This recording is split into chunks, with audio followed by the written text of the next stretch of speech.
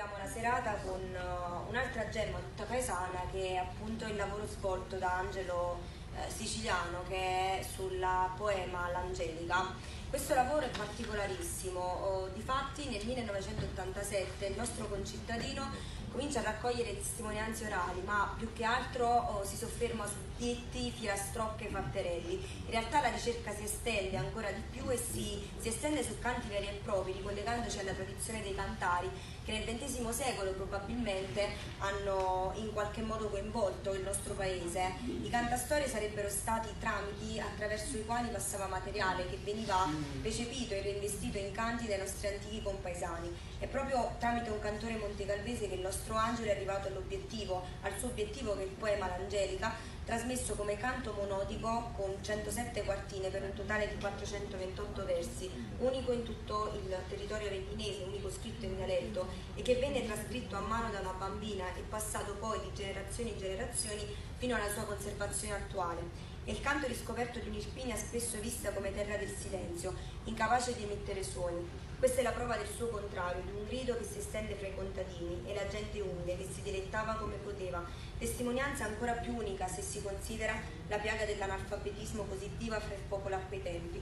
Il lavoro di Angelo, di reperimento fonti, trascrizione e traduzione, si è arricchito anche grazie all'aiuto di esperti dei settori grafologici e di quello dialettologico e musicale, per l'adattamento melodico dei versi, ed è risultato ancora più avvincente e corposo rispetto all'idea iniziale. Ad Angelo quindi vanno i nostri più sentiti ringraziamenti per averci permesso di attingere, grazie al suo progetto portato avanti con dedizione, ad un serbatoio ricco di punti e canti che oggi ritornano sotto forma di libro, il suo.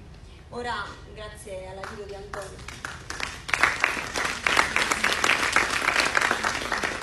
ascolteremo un piccolo frammento in lingua originale di questo poema L'Angelica, l'introduzione, introdotta per l'appunto dal cantore montecalvese Felice Cristino, detto Pannuccello, e registrata da Angelo Siciliano.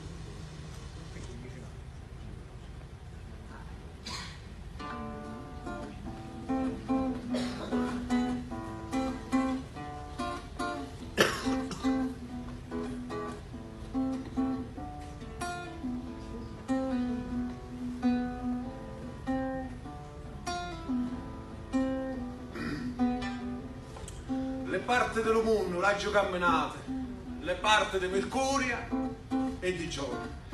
E una cosa non mi hai domandato, se la donna è fedele o ingannatrice. Tutte quante mi hanno risposto a non parlare. La donna non è ferma di parole. Male a quell'uomo casato a casa, la morte se la chiama, ora per ora. Lo motto degli antichi mi ha imparato, che diceva, è giovenotto che fai l'amore, e non amate donna se non siete amate, e manco te la pigliate se non ti vuole.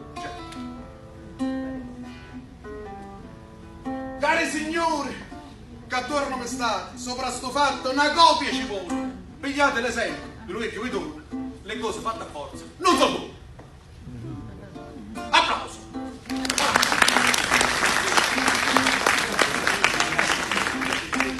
E sentite questo. Lo padre aveva una figlia, caramata, come Natale. Costretta la teneva un cuore suo. Pareva una rosa rossa spampanata. Mirando il suo viso, se ne consolava ogni giorno. Un giorno le fu fatta l'ambasciata e se la figlia, madre dalla lavoro, ovviamente l'ambasciata, E di la dote non se ne ha parlato, quello padre. E manca l'orietto, ci stanno le loro sole. E cari signori, che attorno mi sta, sopra sto fatto una copia ci vuole. Pigliate l'esempio dello vecchio vedore. Le cose fatte a forza non so come. E voilà!